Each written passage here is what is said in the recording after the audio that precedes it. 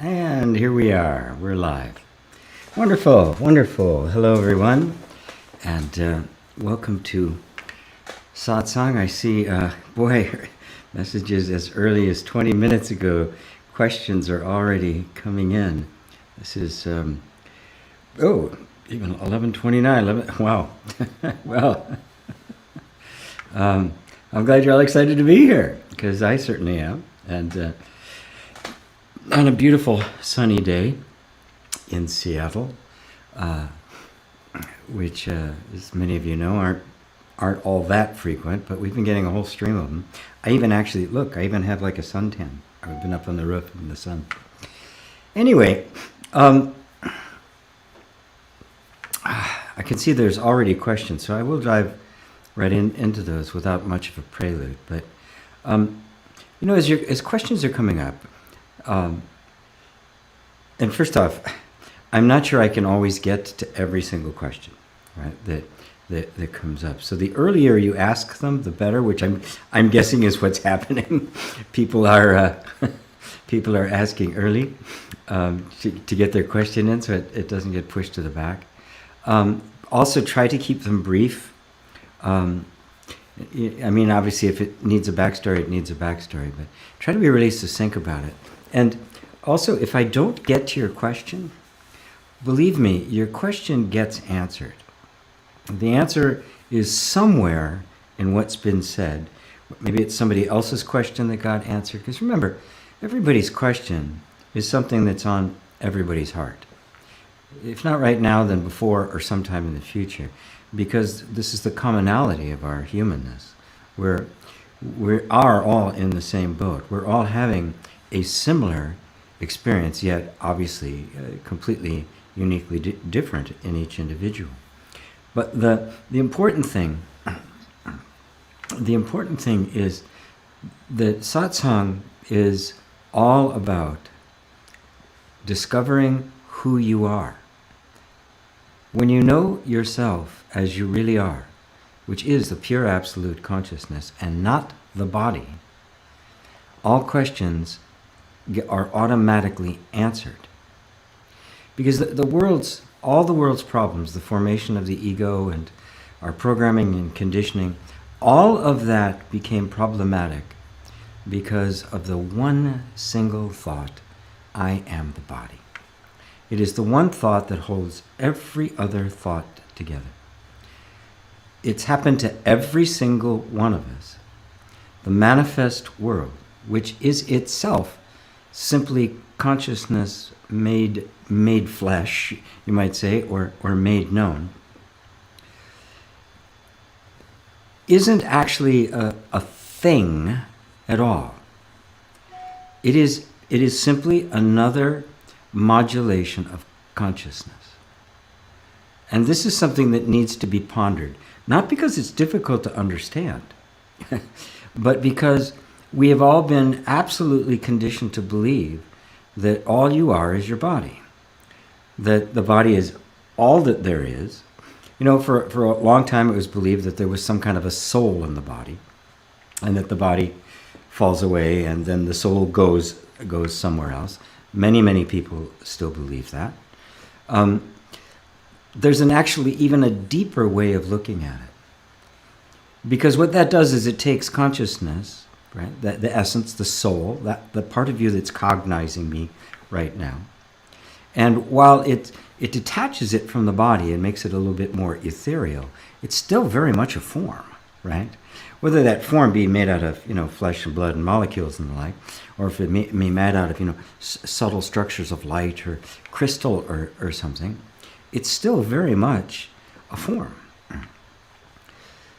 But if it's examined closely, you find that when you're really aware of the sense of being, the consciousness of being conscious, meditating on the meditator, that you can't find a boundary to it. You can't find a form to it at all. And so it's more of the self-aware essence that permeates all things, penetrates all things, fills all space. It's It's there in the body, it's there out of the body, it penetrates every part of the body. It occupies the space in between every single molecule. This is the nature of consciousness, and that is what you are. But this one thought, I am the body, which happens very early, and happens before it's even a conscious thought, before it has words. It's an energetic sense, an energetic assumption, because everybody around you believes they're the body, and you get referred to as the body, you and me and all of that. And before you know it, that whole sense of identity anchors itself in the body. And from that moment on, all the thoughts and conditioned patterns of the nervous system begin to organize themselves around that one thought. That really is it. This is the entire illusion, the entire superstructure of the illusion or Maya that is our belief in ourselves as a person and others as people and in a physical world, a physical universe, with all the problems that's heir to, is one single thought. I am the body. The moment that thought happens, immediately we have this feeling of a fear of dying, because things die. It's really obvious. So I'm going to die too. And we also have the fear of lack, because at that moment I'm no longer undifferentiated, whole, complete, formless, boundless, infinite. Now I'm this constrained, contracted little blob of matter, this little meat package, right, trying to get what I need from the outside world. And that's how the vast majority of people spend their whole lives. Multiple lives, right? Lifetime after lifetime, acting that out. So, during satsang, I want you to take whatever your question may be, and feel free to ask any question. I don't want anybody editing anything. But whenever I'm answering a question, imagine that I'm answering it for you, that I'm speaking to you directly. Because in fact I am. Take it as if it was the answer to your question. And allow yourself to be pointed beyond, when we ask a question, we have a certain context in mind, right? When I answer the questions, I'm trying to take your context that you have, so it doesn't go over your head, but I'm trying to move it down to another level. The level where the question actually disappears. Because the question behind all question is, who am I really? What is this all about? What's really true? What's valuable? How do I transcend fear, self-doubt, worry, anxiety? Those are actually all of the questions that we have. And they are the most important questions there are. And this is the questions that humanity has been wrestling with forever. And the answer to these questions, well, is you.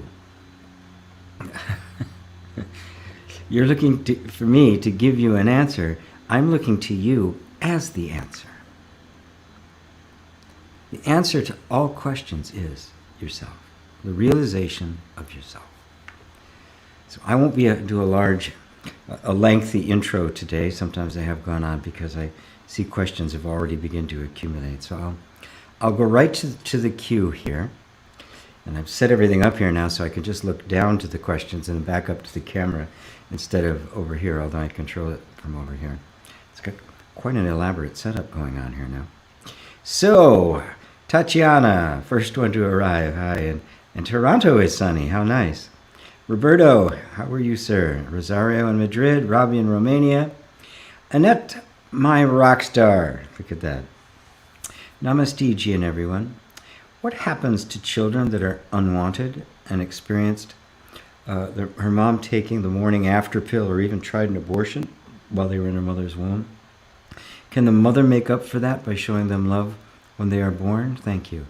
Absolutely. Absolutely. Love triumphs over absolutely everything.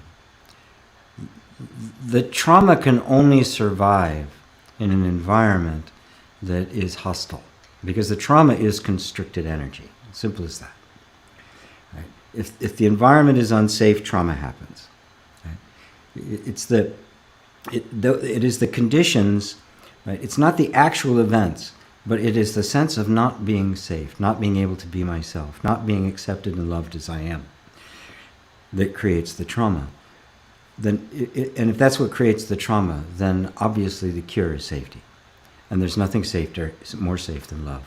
And there's been plenty of cases of people having abortions, of women having an abortion, or wanting to, not really wanting the child, scared to death to have a child, for all sorts of various reasons, having them and becoming the most marvelous experience in their life, and they just absolutely adore their child, and it's very fulfilling for everybody. That completely counters any earlier damage. Love can overturn anything, and this is not just an old hippie saying that. Although it looks like I am, huh? It is an old hippie saying that, but it's not because of that. It really is the case, because love, which means acceptance, right? Embracing somebody for who they are, without having to fulfill a bunch of other requirements, without having to jump through any hoops, but really accepting as they are right in this moment.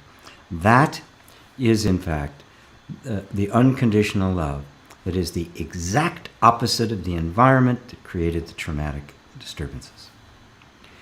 In the environment of safety, remember, the nervous system is simply a very sensitive machine. It's detecting what's going on in the environment in ways that we can't even fathom, really. Much going on completely outside of the realm of our conscious awareness. With the whole express purpose of remaining alive, surviving, keeping you safe. So as long as the environment is unsafe, it will be restricting itself, it will be doing all sorts of things, right, in order to survive. Once it is safe, all of that defensive energy can fall away. And that very same energy that has been doing this now begins to do this. It just opens up all the internal channels. Because it's safe now, the energy that was gone into holding the trauma the excess can be discharged, and the other energy gets turned now into conscious self-expression, because it's free now to express itself, himself, herself. And everybody gets benefited by that. So absolutely, yes, it can happen. And you know, there's, just because a mother didn't take a morning after pill or attempt an abortion, just because she did doesn't mean there wasn't love. It could have been completely overwhelmed by her own fear, embarrassment. Who knows? The parents could, "You terrible girl, you're such a sinner," right? Or terrified to even let anybody know, right, about it, or just what's going to happen to my life, or relationship with their husband, and there's all sorts of things that could be there that could be overwhelming what otherwise would be a very loving and accepting heart. So we don't really know all the details of it, but even in those conditions where she just doesn't want to have a baby, just what an inconvenience, right? Even the most harsh attitude you can possibly think of can be transformed, and oftentimes has been. So thank you for that question, Annette, the rock star.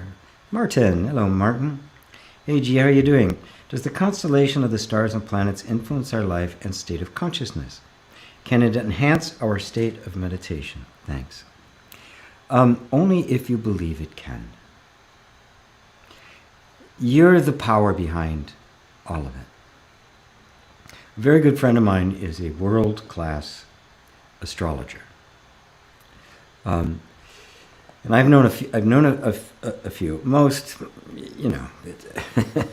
but she's world-class. I mean, she's at a level where two of the presidents of her country consulted with her while they were in office. That's how much she was trusted, and how dead accurate she was, which she eventually moved away from because she got tired of everybody just trying to tell her, to get her to tell them what's going to happen in their lives.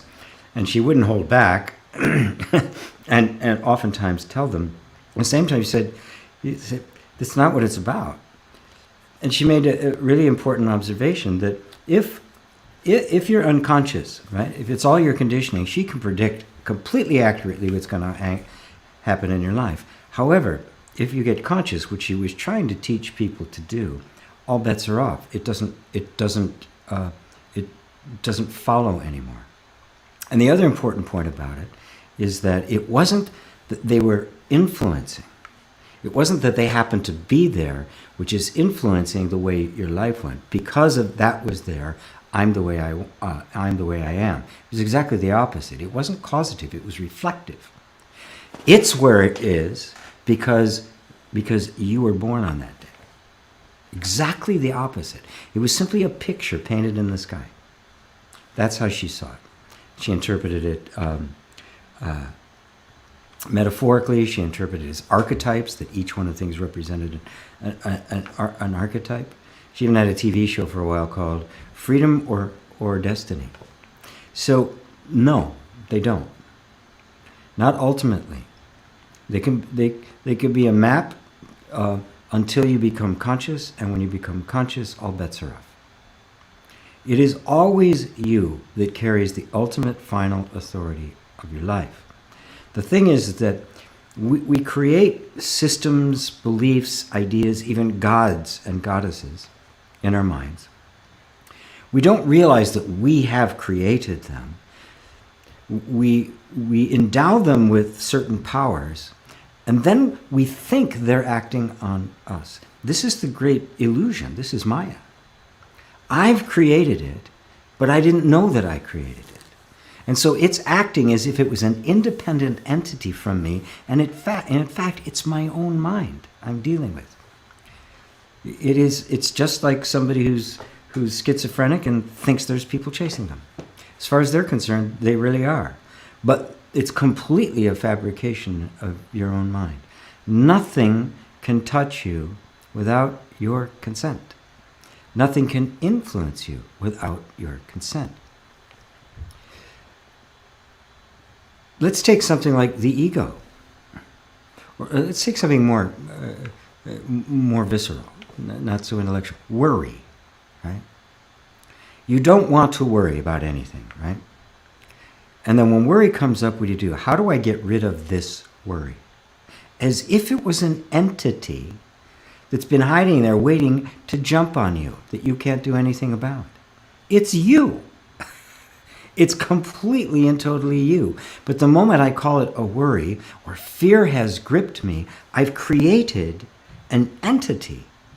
I've turned it into something that appears to be self-existent and self-acting, and in fact, it's completely my own imagination.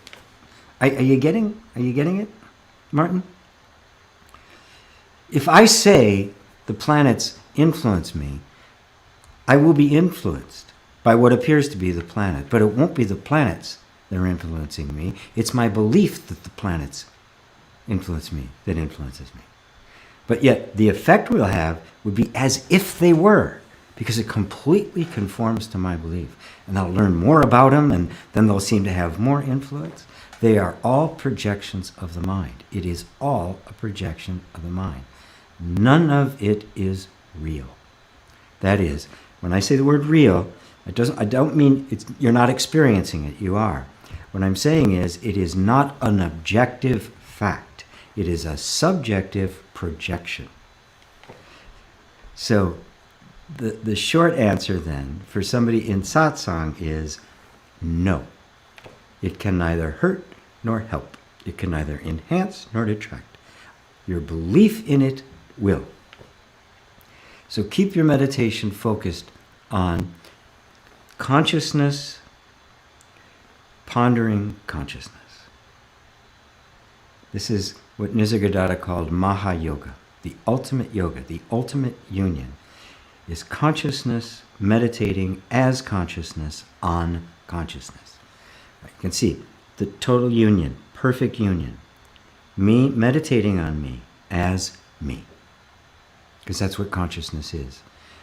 Even the word consciousness, people objectify it. They turn it into a thing. Oh, the absolute consciousness, as if it was something other than yourself. This is the whole point of non-duality, right? It's not two. There's not consciousness and you. There's not a God and then there's you. There's only you. There's only the self. That's the only thing that exists. And the idea that anything else exists is the fundamental flaw. That's Maya. It's idolatry. So I hope that answers it for you, Martin. Thank you for that question. It's a real powerful one and really important. And people are so we're so quick to give away our power to anything, to crystals, to fifth dimensional beings, to anything. It's not that these things don't exist in a certain sense, but not the way we think they do. They are all within you. All the gods, all the goddesses, all the fifth dimensional beings, all the aliens, all the angels, all the demons, all the devils, all are you. Thank you again. Roberto, how does mind lose touch with one's being? How do you accept, and how do you accept, GP? It loses touch with one's being because it creates an imaginary version of yourself. The mind can only deal in thoughts, right? It can only deal in symbolic representations. The mind doesn't have any real things that it works with, right? It's always a symbolic representation. A word is a symbolic representation. It's an abstraction. Every thought you have is a representation of something else and not the thing. And so when we're always thinking about things, we're only dealing with the thought and never the thing. I can tell you about a tree, right? But that's not the tree. You can picture a tree, but that's not the tree. If you want to know the tree, you have to go to the tree. You have to be with the tree. You have to feel the tree. The same thing is through every experience in life. I can tell you about love, but it means nothing. The moment you fall in love, boom, it's over. I don't need to tell you anything, right? So that's how it does. The problem is that we believe the image we hold in our mind, the symbolic representation, is actually the thing. And the essence of that is the belief, I am the body. I am this person, which is an image, a thought in the mind. It is a concept. It's not the reality.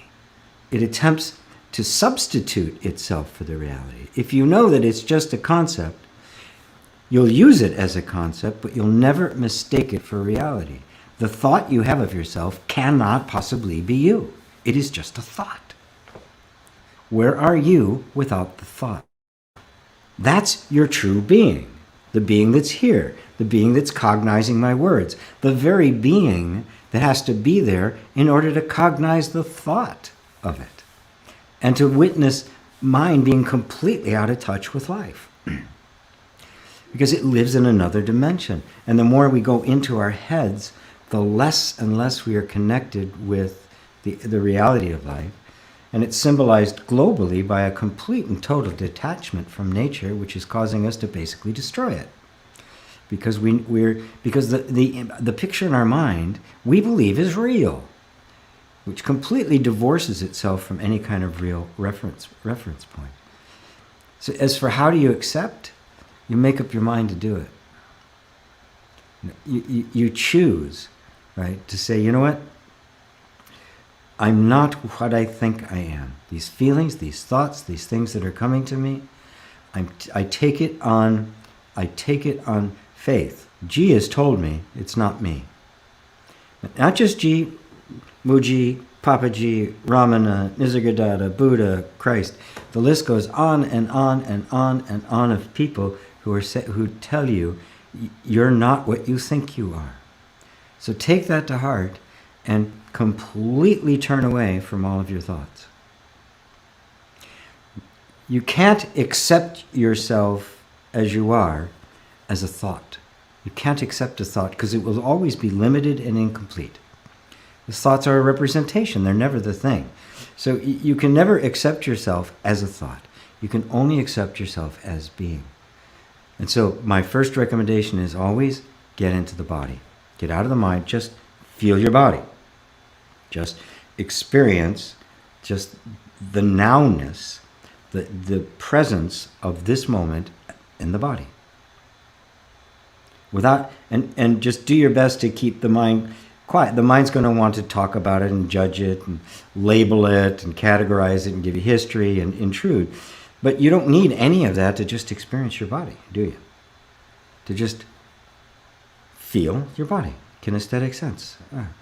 I just feel my hand. I have to use the word hand, but you don't need the word hand to feel your hand.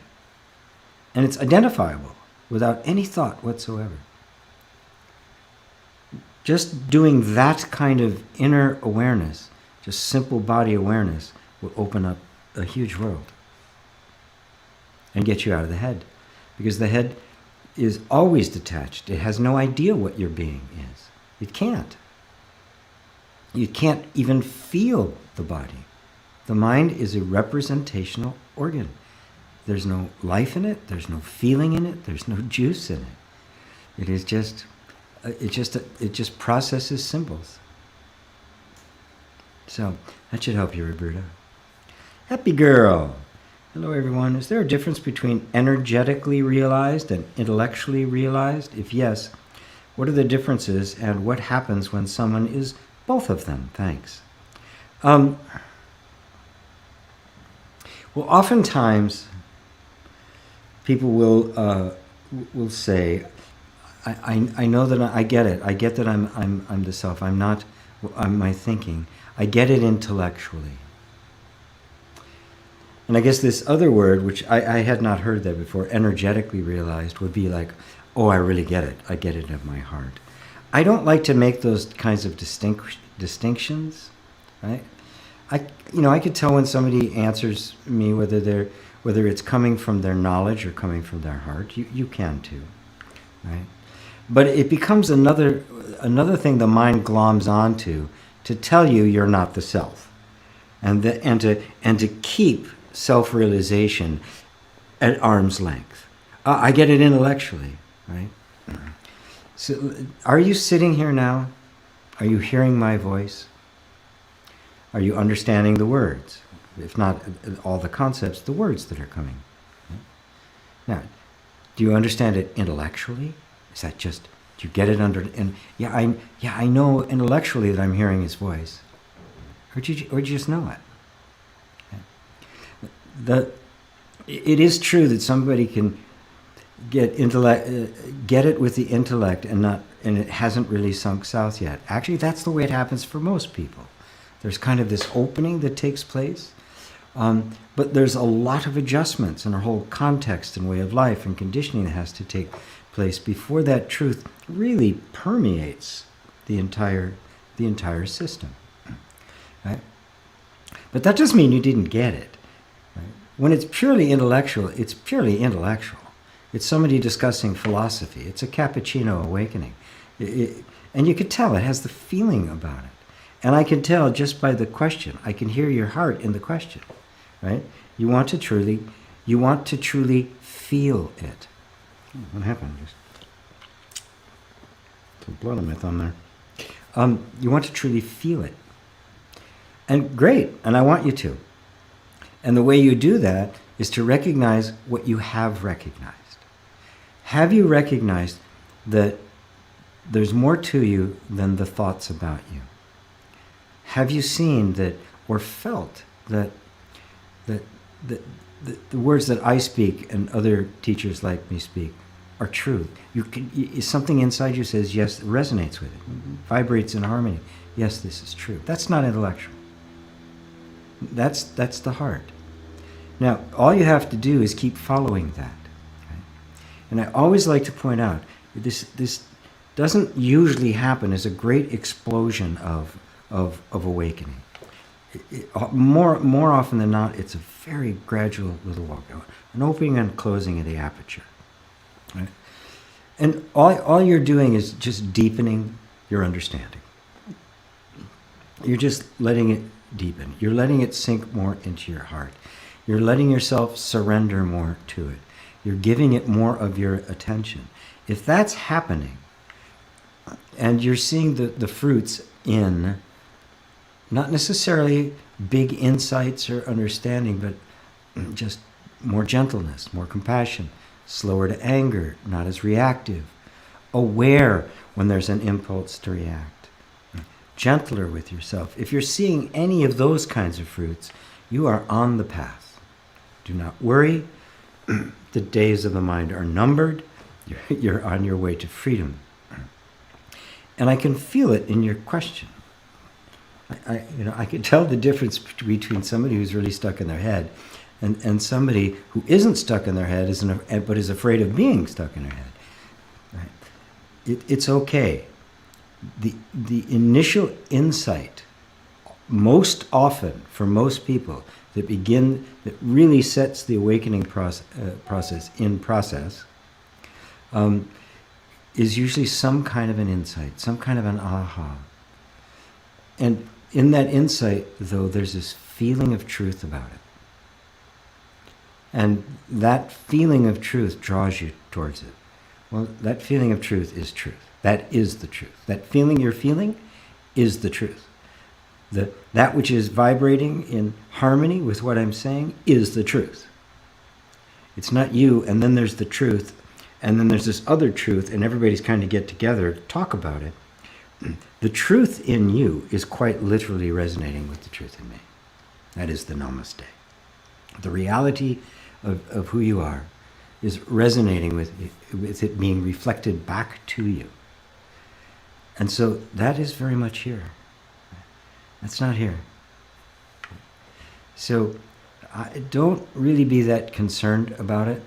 A lot of people say that, and most of the time I find that what it is just another trick the mind has used to make you doubt your own insight, to doubt your own seeing, right? And thus become kind of intimidated and timid about going any further, afraid to make a mistake.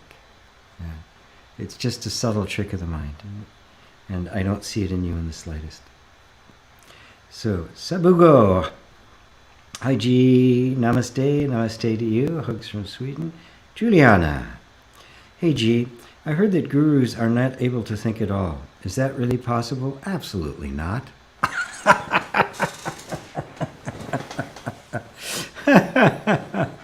That's like saying gurus can't think or digest food, or breathe, or sneeze anymore.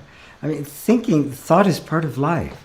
When the guru goes to the grocery store, what does he do? He couldn't get to the grocery store. How? How do you put on your pants, turn the doorknob, walk to the car? I mean, this is kind of the idealized mythology that grows up around it. Again, all it does is make it some kind of mysterious thing when it's hopelessly ordinary.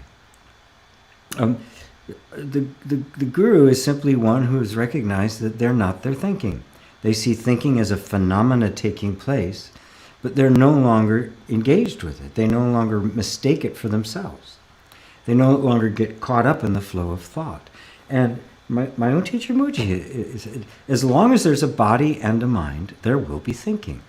There will be a sense of identity arising. The guru, the wise one, the realized one, is simply no longer seduced by it, no longer mistakes a thought for themselves. It's that simple, right? You know, there are many practices, different kinds of samadhis and the like that many yogis have practiced in order to stop their thinking, and some have been very successful at it. But at some point it starts again. They come out of samadhi, and what happens? It starts up again. This isn't about stopping thought. It's about no longer believing it to be you. That's it. I don't have to stop it. Oh, thank God. Thank God. What a chore. Again, as Mooji said, trying to stop thinking is like trying to stop the wind dressed as a kite. It's a waste of time. You just lose interest in it. The story gets boring. It's like an old novella, or it's a sitcom. It's just vacuous and banal. It has no use. So you don't pay attention to it. Right? I don't have to get you I don't have to force you to not watch some stupid TV show. You don't do it because it's stupid. It has no interest. Or to get out, those conversations you just really want to get out of.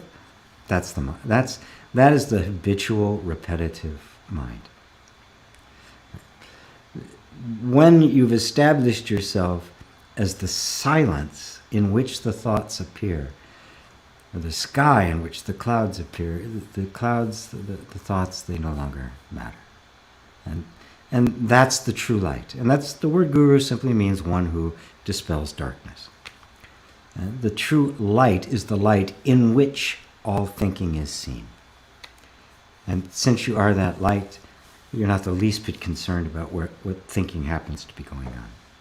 And the beautiful paradox is that what happens when there is no longer an identification with it, there's nothing feeding it, that it quiets and harmonizes.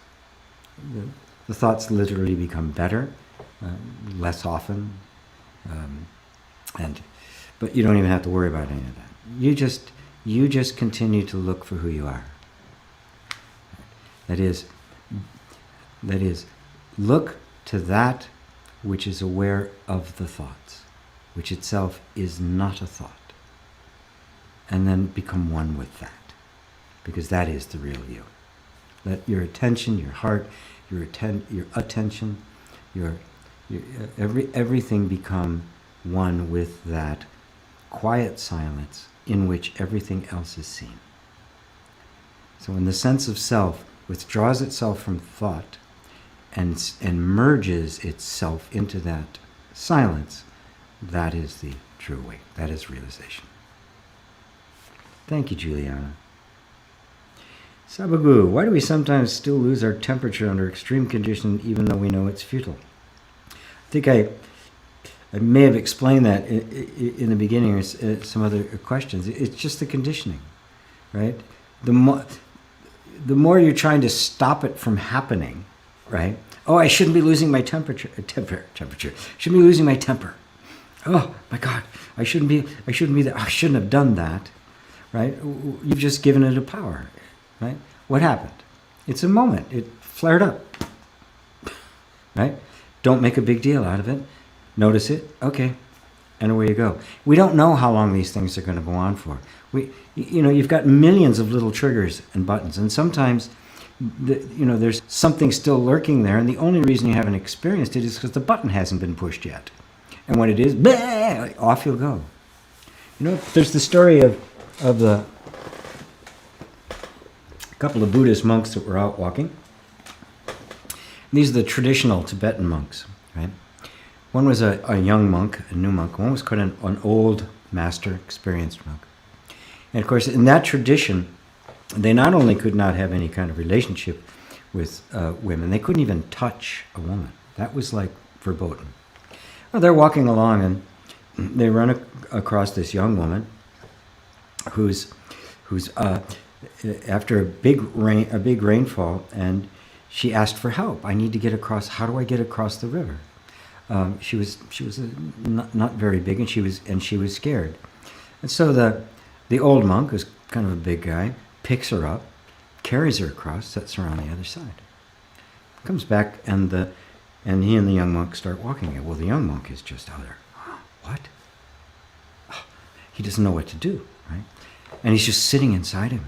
He's just burning up. Finally, they go walking all day, they sleep. The next day, they're back on the trail again, and he says, I have to ask you, you touched a woman. Why did you do that? And the old monk replied to him, he says, when I was carrying that woman, how long did I carry her for?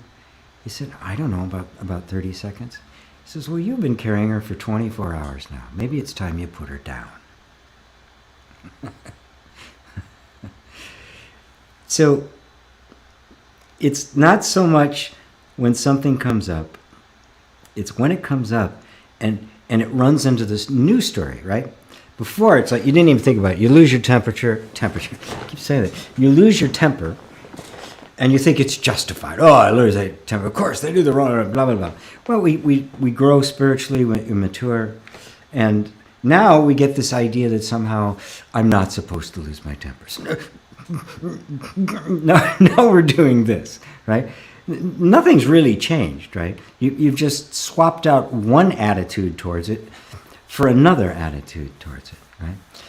One way of looking at it for a different way of looking at it. This was the indulgent way. Now I'm spiritual, and I can't do that.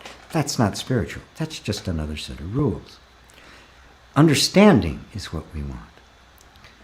Losing one's temper is quite normal. Sometimes things can just really get frustrated. There's nothing you can do.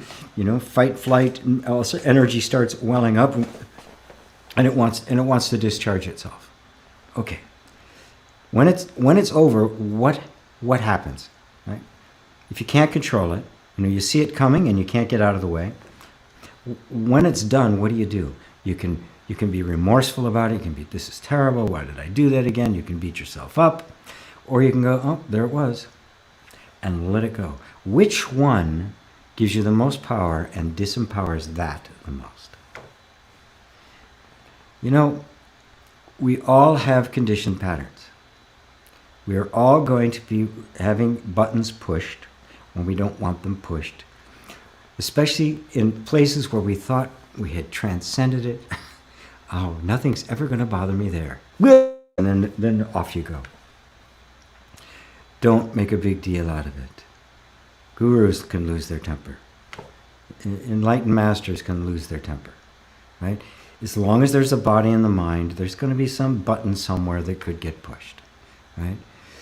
When it's pushed, recognize that's what it was. A reactive pattern in the nervous system and not me. The moment I say it's me, I start seeing why do I still lose my temper? And now I'm still carrying the girl. You don't need to carry her. Put her down. Right? That happened in that moment. Now you just let it go. Thanks, Sabugo. I hope I'm saying your name right. Sabugo. Steffi. Namaskaram ji and everyone. When I utter the sound Om, sometimes I lose my sense of self and the sense of my body. Is that possible? It just happened, right? I lose my sense of body. Is it possible? Well, you lost it, right? I guess it's possible. And what is special about Om chanting in general? Thanks a lot. In and of itself, nothing, right? But all mantras, if they're done with heart, serve to focus attention, right? Now, mantra meditation is very good. It's very good for concentration. It's very good. Oftentimes, I'll even recommend it. People are having a hard time doing an inquiry, right? Because their mind is just so busy. Well, just chant a mantra for a while, right? Om or Om Mani Padme Hum or any. It doesn't even matter. Ganesha, whatever. Because what it does is it's kind of like a pattern interrupt. You keep forcing yourself back to this thing, which eventually breaks the hypnotic charge that the mind has. It's constantly drawing you into some kind of a story. So it's useful for that. Right? And yes, you can get so absorbed in chanting Om, right? Because you're so one-pointed that everything else falls away. But I don't want to make that too mystical. Sports players, that happens to, really highly competitive, world-class sports player, they get so into the moment, into the zone. They don't hear the 60,000 people in the stands. Not until they make the goal, then they're aware of it and they're cheering them on and that sort of thing. But they're so concentrated in what they're doing, there's nothing else exists. They don't even exist. It's just the ball. And they'll talk about it in those terms. And that's what happens. I remember those experiences in music. I remember it when I was developing software systems, which required an enormous amount of concentration. I forgot everything else. That was the only thing there was. And so it's a very powerful thing, but don't give it more mystery than it actually possesses. It is a focus of attention. Now, where does the attention need to go? Yes, you can have a sense that you've lost, there's no self and there's no body. That's real. That's real. The focus has gotten so focused, everything has been pushed aside that even the sense of a body and the sense of self has fallen behind. But yet you're still there, aren't you? Notice what is still there. The sense of self, that is the person, has fallen away. But is the self gone? Are you gone? There's nothing left but you. Now, put your attention on that. This is the self meditating on the self. Mahayoga. The ultimate, the great union. And do that until the sense of there being two, me and the silence, merges and there's nothing but silence. There's no I left at all. And that's the final step. It could take a week, it could take 10 years, doesn't matter. Meditate as the self, on the self. Not somebody trying to get to the self. Because that somebody trying to get to the self is just a thought being seen by the self. The only meditator there can be is the self. Only the Buddha can know the Buddha. Only God knows God. Only the self is conscious. So only the consciousness is aware of the consciousness. So let consciousness meditate on consciousness as consciousness. And the entire thing will collapse into a singularity, which is the self. Thank you, Steffi. Hello there, Dale. Hello, Ava. Faith, hello, my sheik. I'm struggling to surrender my desire to leave here and be in a romantic relationship. It feels like if I accept what God can take what God can take it, I don't want these things anymore. Love you. I get that. Okay, you don't have to get rid of the desire, folks. The most natural thing in the world is to want to be in a romantic relationship. Good God.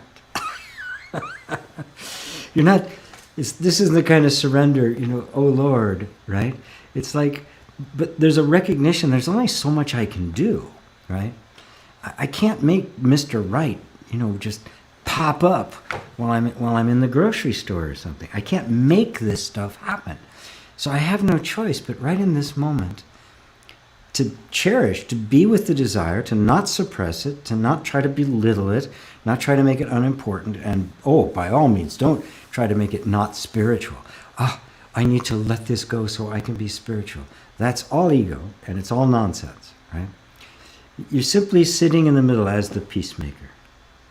And you're looking at this totally natural desire that lies in every single human being throughout our whole lives, right?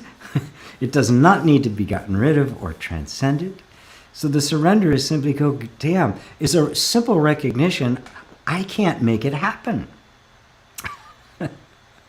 I can't make it happen, right? Okay. Now, for a lot of people, what that immediately get down or depressed or sad or beat yourself up. What's the matter with me? Or why is God doing this to me? Put all of that aside. It's a very simple recognition that you can't control everything in life. You can't control every circumstance. You didn't dictate where you were going to be born, right? Or the conditions that would have you accessible to someone that you could truly fall in love with and have a very deep and committed relationship with. You're not controlling any of that. It's a simple recognition. So in the other, if we go in the other direction and you start doubting and all that sort of thing, what happens is we try to suppress the desire in order to not feel the the stimulus or the pain of not having it, we try to suppress it. And then justify that suppression. Well, it's God's will, or anything, what I could, nothing we could do about it, and it's probably not right for me. All of those are false. All of those are nonsense. You just let yourself be with the desire in its fullness. Because if a desire is going to be fulfilled, the energy of fulfillment is in the desire. Right? I mean, it comes batteries included.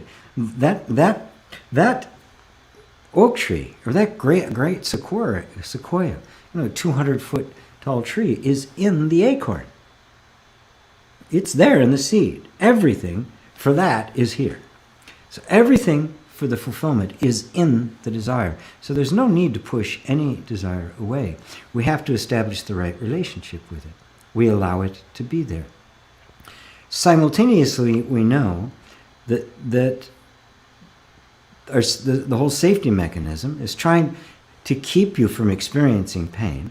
So it's going to want to try to do anything it can to minimize the pain, including try to suppress it or belittle it. So you say, no, you don't have to do that. I'm a big girl. I can handle the pain. I've been handling the pain. I don't need to suppress it. You don't need to do that to keep me safe. And I totally get it. I thank you for that. Right? Do your job. Maybe you could just help me stay safe and focused, and also we don't fight this. So now you're sitting in the middle, in the place that I call the peacemaker. You're not suppressing, you're not repressing, you're not pushing in any way, you're not denying any aspect of yourself. You are completely in equanimity. That's surrender. You're acknowledging all of it and all of its equal value, and simply acknowledging that right now I don't have the fulfillment of it. But because I don't have the fulfillment and it's uncomfortable, I'm not going to push it away. I'm not going to belittle it. I'm not going to try to suppress it. And I'm just going to allow that feeling to be there. And I think what you'll find, Faith, is that feeling of desire itself becomes less and less painful, and can even actually become pleasurable and exciting, and kind of open up the whole field of view for our deepest true needs to truly be met in the deepest possible way. Because oftentimes there's a transformation of character that has to take place before we're even ready to receive our own desires. So you let your heart be transformed. And I know you are, because that's why you're here. That's why you're listening to this every week. So beautiful. Beautiful. Does that settle your heart, my dear friend? Dave and Elaine, my buddies in Southeast England. Hello, G. From Diane in England. I'm looking forward to your wise teachings tonight. It's so weird when I see things like that. My wise teachings. I just say what comes to my mind. Wisdom is such a beautiful word. It's not acquired. It's really what's left over after after you've dropped all your bullshit. I guess that's the best way to put it. Wisdom is what's left when you've dropped all your bullshit. That's probably about as good as a definition of wisdom as you're going to get. Hi, Liza. Good afternoon to you, too. John Watson in Glasgow, Scotland. Hey, John. Eileen, hello, GP. Love being here. Greetings from the Netherlands. Greetings from Ireland. John Sheehan. This is hello, Susanna. Best thing in my day so far. Jonas. Hey, how are you? Oh, you got your real name this time, not the awakened INFJ. Hello, Mary and Anna G. Hi, G. May I share a gift I found to all of you? It's called Witnessing of the Atman Ramana Maharshi. Loving you. Yes, of course you can. Nazrin. Oh, Nazrin. Good to see you. There's Bob. We just started calling her Bob during the class. Greetings from Serbia. Suze, you can start doing super chat. People donate $5 up, and this can prioritize their question. You know what?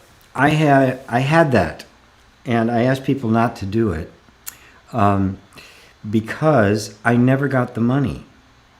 I went Google. Every time I go to Google, I do what they say. I fill out all the requirements. They say, "Oh, yep, you're approved," and the next time I look, I'm not approved. You got money here, and then I've had letters go back and forth. There's a few $100s sitting there, and I can't get it because I cannot. I just Google. You know, what can you say? You can never ever speak to a human being, and so I ask people not to. I'm besides, I kind of paying money to get your question bumped up the list. I don't know. It's kind of like indulgences, right? Which is what the whole Protestant movement was against. Merck says, can't join you live, saying hi, dropping a random thought. So if there's no objective reality and there's only experiencing, then myself as a subject obviously can't exist without any objects. And this split exists with the I thought, right? Correct. But this lens of perceiving seems so ingrained from very early on in life that it's almost impossible to get out of for most of us apparent separate selves. What do you think? Don't believe it for a minute. That's what I think. Yes, it's been ingrained. It's just been a way we've been taught to think.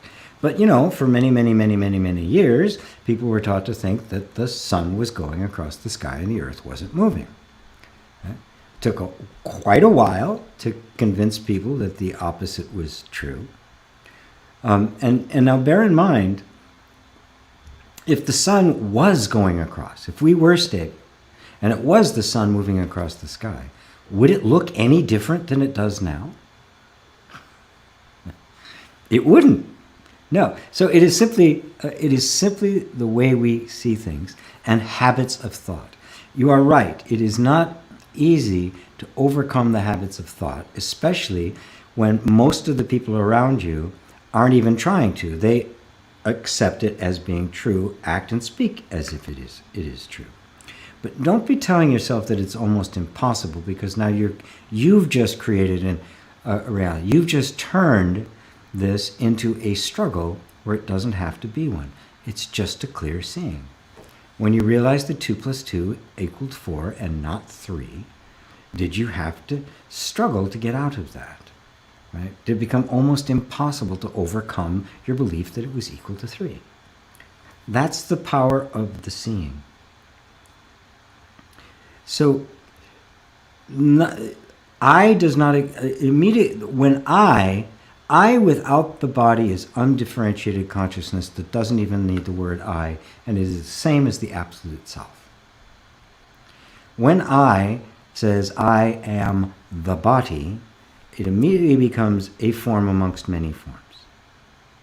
Now, that I merging back into the heart, merging back into the self, and dropping the sense of a body, does not change the experience of the multiplicity of things.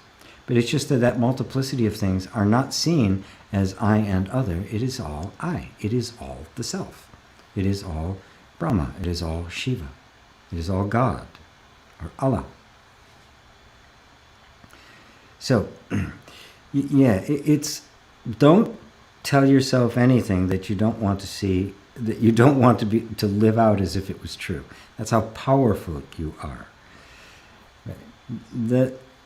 Remember, even the mind is a belief. That there's this mind operating on its own. It is also not a separate entity. And when seen correctly, you find that the mind and the self are one. The self in its essence is the silent emptiness. The self in its dynamism and its manifestation is the universe. They are one. They are not two. So, that's what I think. Giannis, so good to see you. Mary, great question about astrology, Martin, and great answer, GP. You're welcome. Good evening from France, from Marguerite. Hello, Marguerite. John Lucas. Wow. Consciousness meditating on consciousness. Yes, I can see that. Yeah, that's all that's happening, right? It's so very subtle. There's this sense of a separate self meditating on consciousness, as if this separate self was another consciousness, right? It takes consciousness to meditate, right?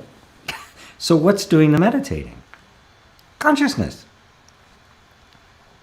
It just this subtle idea of being a body, being a form with consciousness, and making me and consciousness different, right, is the subtle trick. And as I always like to point out, consciousness is hearing my words. The body isn't hearing my words. The idea that you're having of yourself isn't hearing my words. This camera isn't hearing this microphone isn't hearing my words. You are consciousness. If you meditate, you're conscious of meditating. So it's consciousness that's meditating, isn't it? The body doesn't meditate, right? The microphone doesn't meditate. The cushion you're sitting on or the couch doesn't meditate. You do. You are meditating. Consciousness is meditating. And when consciousness turns attention towards itself, you have consciousness meditating on itself, meditating on the meditator. And in that meditation, the ultimate union can happen. The two can disappear and there will be just one. Glad you like that, John. There's the awakened INFJ. Finally, seated listening. Family trauma is going on. I felt called in my heart to show my presence for my brothers and sisters. Look forward to Sundays more than ever. Holy day with Master G. Thanks, Jonas. I look forward to seeing you too. All my buds here. Adelson Barros. Why do I have suffering ideas and thoughts? Everybody does. We're trained into it. It just comes with the territory when we identify ourselves as the body, and that develops the sense of a separate self. And so the sense of separation is suffering. And that sense of separation will give rise to suffering, thoughts of separation, thoughts of lack, thoughts of I'm not enough, thoughts that, things could go bad, I could die, I could be alone, I could lose everything. And notice that I have the suffering thoughts. I am going to lose everything. I'm going to struggle. I'm going to be alone. I'm going to get divorced. My wife's going to leave me, or a million things. Pay attention to the word I. Without that I, can there be a suffering idea or thought? Without something there to say, I hate that thought, can a thought by itself create suffering? Or does there have to be somebody there reacting to that thought? Who's the I? This is the nature of self-inquiry. When I say I, what do I mean? When I say I, or I even say you, I'm talking about consciousness. Because only consciousness is truly an I. The thought of I isn't I. This napkin doesn't say I. The body doesn't say I. Right? That which is not conscious cannot say I, can it? So I belongs solely to consciousness.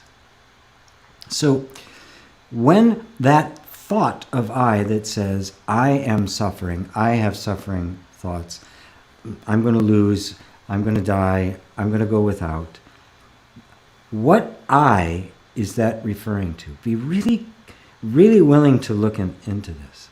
That I is a thought. It is a very subtle self-image being held, but it's an image in the mind.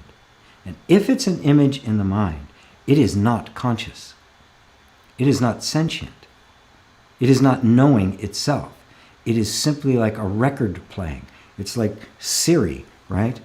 Siri says I on your phone, or whoever, Alexa, or whoever it is on Google, right?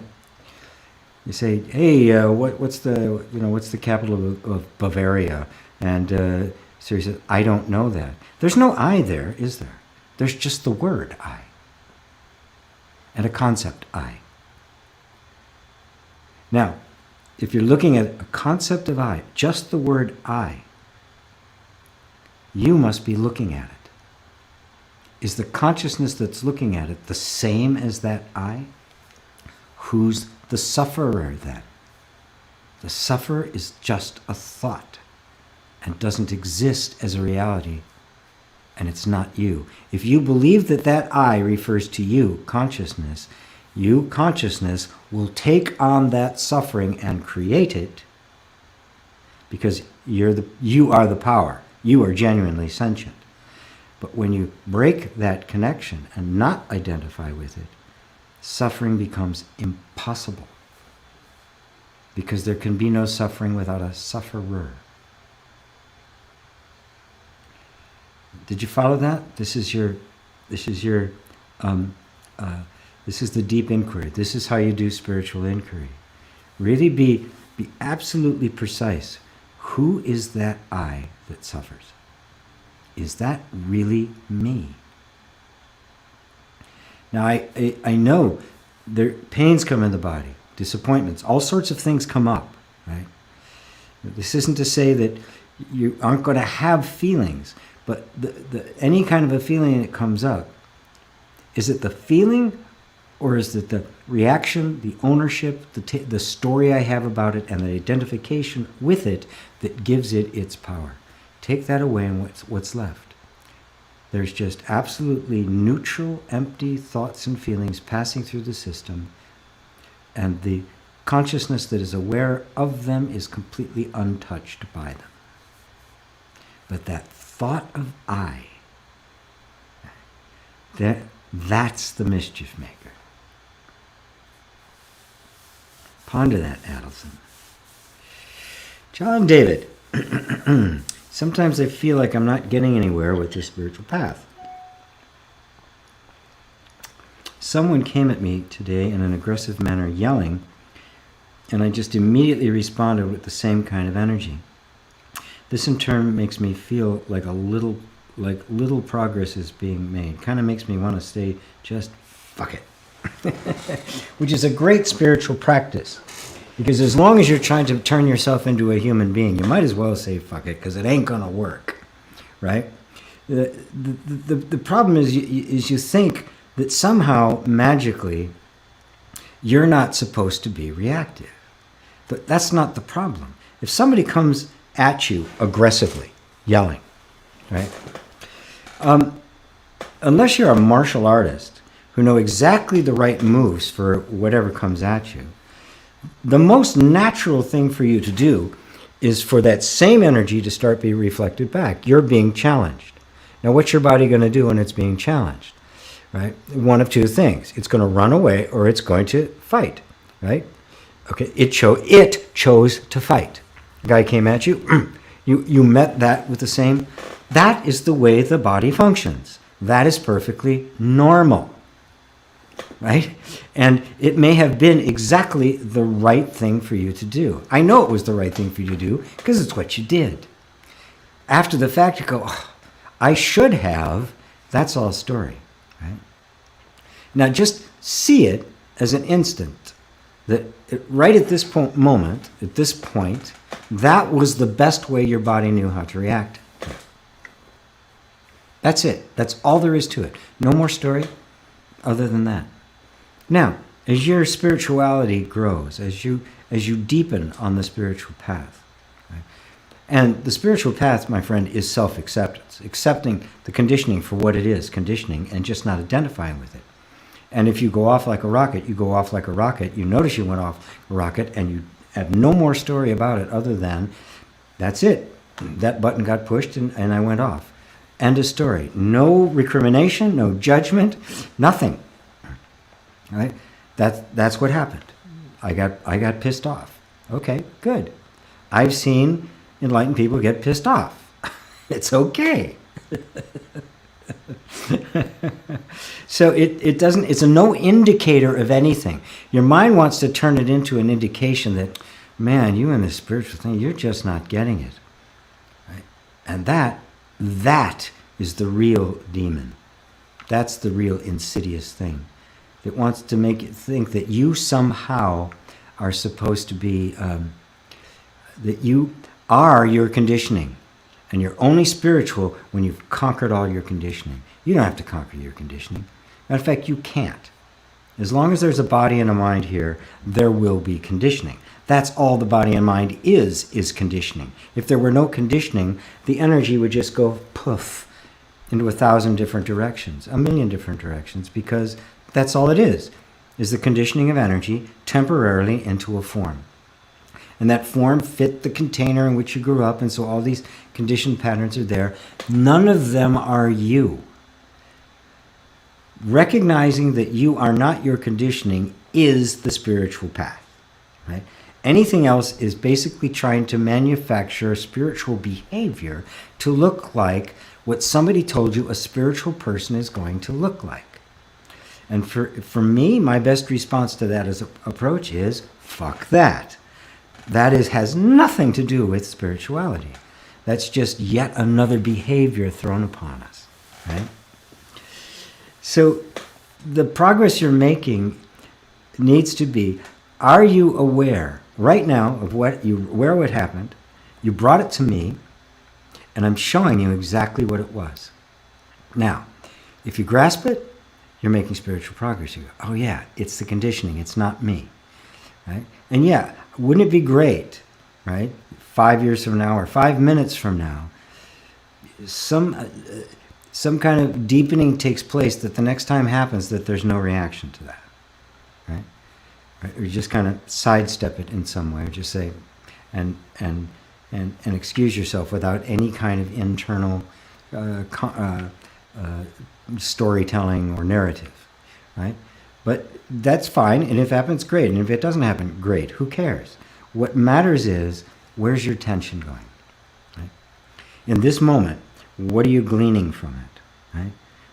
The thing I'm trying to tell you is, you are not the conditioning. And you may never get to the point where your body isn't reacting in that way. But it has nothing to do with you.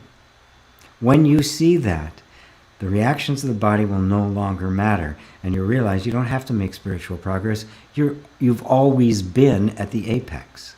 You are the self, just believing the idea that you're not.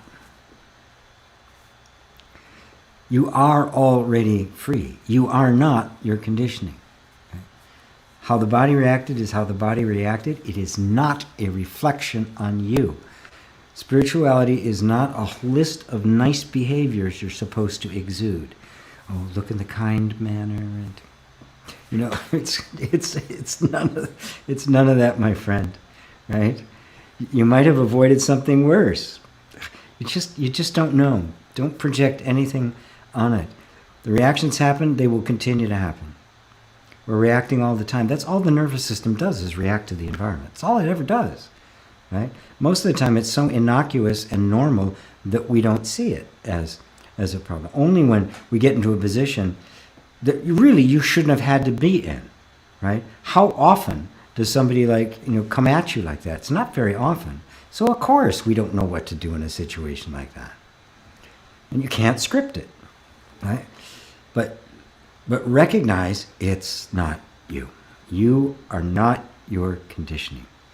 You are the unconditioned essence. Consciousness does not get conditioned. It is aware of the conditioned patterns. Nothing more. Let the sense of I sink so far into the consciousness that fuck it is your mantra. It simply will have no impact whatsoever. Maybe you've even seen my video where I use that as an EFT technique. So thank you, John. Susanna. I'm in love with someone I was intimate with. He has a new girlfriend and we live in the same area. If I think about the idea of bumping into them, it feels unbearable. Do I just avoid thinking about it? Yeah, this can be a tough one. This can be a tough one, being, breaking up with somebody or or worse, they broke up with you. You fall in love, they didn't, off they go.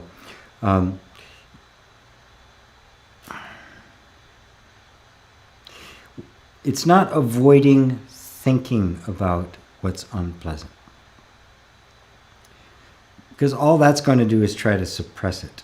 And if it does sneak in, which it will, there'll be that feeling once again.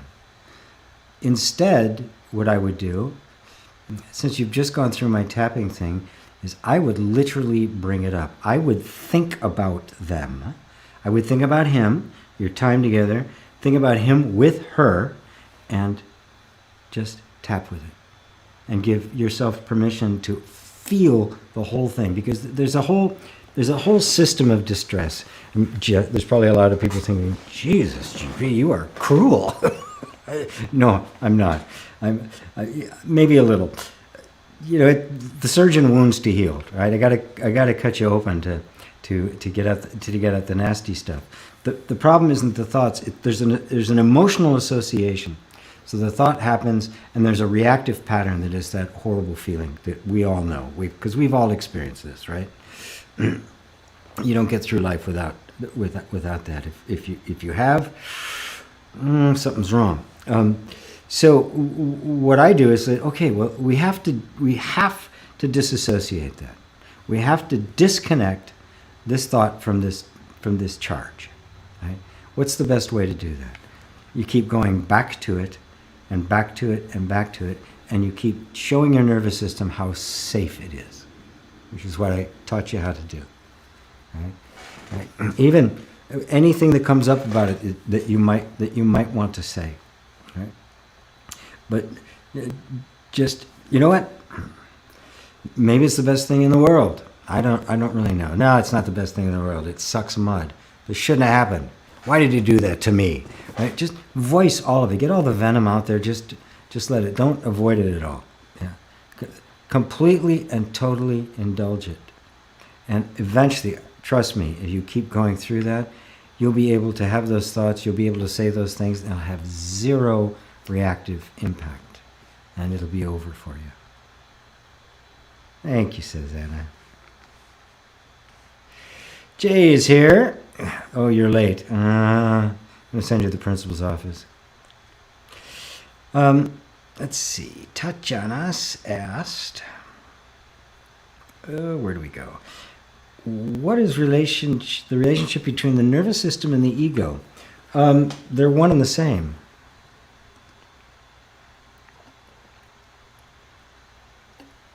The nervous system, I use the word nervous system, it's a generic term. Remember, it's an abstraction that represents the sum total of all of the adaptive behavior of the human body. And the ego is an adaptive function. I created a sense of self, right? It's part of what the nervous system does. Right? It's part and parcel to being a human being. Right?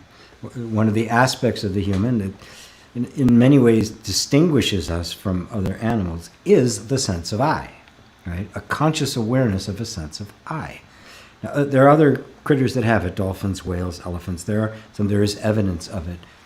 Ours just seems, unlike theirs, seems to be able to get itself really twisted. Remember, ego is simply the thought of I. That's all it is. It's the sense of I. The sense of I is just another aspect of the whole energy system and the nervous system. So, it's just like mind is a subset of ego, or ego is a subset of mind being the sum total of all thoughts, ego the thoughts about myself, which is most of them, right? The mind is, and emotions and sensations are all subsets of the nervous system. The nervous system is a subset of the energy system, and on and on it goes. So it's really just kind of a generic word. So the relationship between the nervous system and the ego. But here's the deal. Here's why it's so interesting. Because the way the mind works, we take a part of the whole that you really can't detach from the whole, but we give it a name, and the mind detaches it from the whole, examines it, It's just basic, the reductionism that we've all been saddled with, right? I don't know if this is inherent in the way we think or if it's just because reductionism is the way the world thinks. Thank you, Renee. But all of a sudden now, the ego becomes a thing in and of itself, divorced from the entire environment, which is like, literally, you're only looking at the tree, you can't see the forest, right? You think the tree is there all by itself, and the tree is only functioning the way it is because of the forest that it's in. But if you don't see the whole forest, you're going to think it's just this thing. And you're going to say, well, what's the relationship between the two of them? There aren't two. There is no relationship. They're two aspects of the same thing, right? It's a particular kind of functioning that the entire nervous system, the entire energy system it does. And that includes thinking, it includes the physiological functioning, it includes the emotions, it includes all of our sensations. So it's the sum total of the experience. And the more you look at it, the more you realize that what it really is consciousness. Consciousness viewed as an external thing, we call it the body and the nervous system. When it's brought back home to itself, we recognize that it's nothing but consciousness. The ego is simply a particular modulation of consciousness. Everything is a modulation of consciousness. And I hope that didn't get too abstract for you, but we're simply looking at a particular function, right? You ask me what's the relationship between the ego and the nervous system. It's like, what's the relationship between your stomach and the body, right? You can't really separate the two. The stomach has no function outside of the body, and the body cannot function without the stomach, right? They're one, right? And to view them holistically, you cannot understand the body or stomach. You can't set a stomach on the table, it'd be kind of gross, but set the stomach on the table and look at it without any knowledge of a body. And what is it? You have no idea. It's weird because it can't even survive by itself. You can only understand it within the context of the whole. Right? So you can only understand yourself, the true I, which is all the word ego is simply Greek for I. You can't understand it without understanding the whole. You can't understand yourself as a separate entity. You can only understand yourself in relationship with the whole. And then you find that you are the whole. That's all there is the whole. And every piece part is the whole. So hopefully that answers your question, Tatjana. Hey G, if there's no separate self, no doer, and we are just a happening, should one be free of any guilt for making the same mistakes in life? Yeah. Yes. I also recommend you try not to make them again, but just on a practical level. But yeah, people don't like it when I talk about these kinds of things because they say, well, then I could just kill somebody and not feel guilty about it. My answer is always, well, if you really do want to kill somebody, please come and have a conversation with me first. But that's a theoretical idea, and you don't really want to do it, right? And in fact, the people who do end up killing people, if you look at the various kinds of studies about it, they didn't choose it. They were completely out of control. It was all their conditioning took over. They weren't the doer of it. It was a happening as a result of the horrendous conditioning they got. Especially violent crimes. The violent crimes were all people who had either had it directly experienced to them or people close to them. Gabor Mate in his book Hungry Ghosts, talking about addiction, mostly street addiction, heroin and that sort of stuff, that 100% of the women that he worked with who were addicted to drugs had all been raped violently. And many of the men were, but all of the women were. So were they the doers of this, or is it simply this is the way the nervous system found to compensate, and there simply wasn't enough consciousness there to take it in any other direction. So, yet the only way to be free of guilt and to forgive both yourself and others is to come to realize that there's no separate self, there's no doer, and you were simply acting out your conditioning when you didn't realize it was conditioning. This, I've mentioned this before, that the definition of the word forgiveness as used by Christ was not the common definition that we use. Our definition of forgiveness means pardon. You're guilty, you deserve to be punished, but you're being let off the hook.